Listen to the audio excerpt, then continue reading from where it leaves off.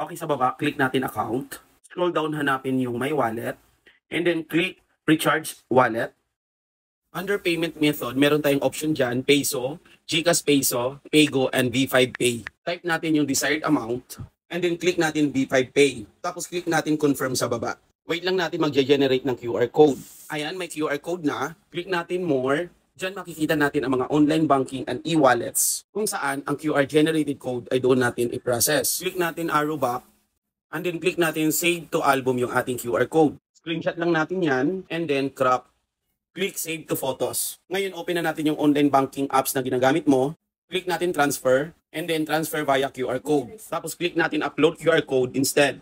Click allow full access. Tapos click natin yung QR code na na-save natin sa ating gallery. QR code has been uploaded successfully. Makikita mo dyan ngayon yung details. Pay merchant sitaw. Payment amount 1,000. Tapos click natin yung pay from. Tapos click mo yung bank account details mo. Click continue.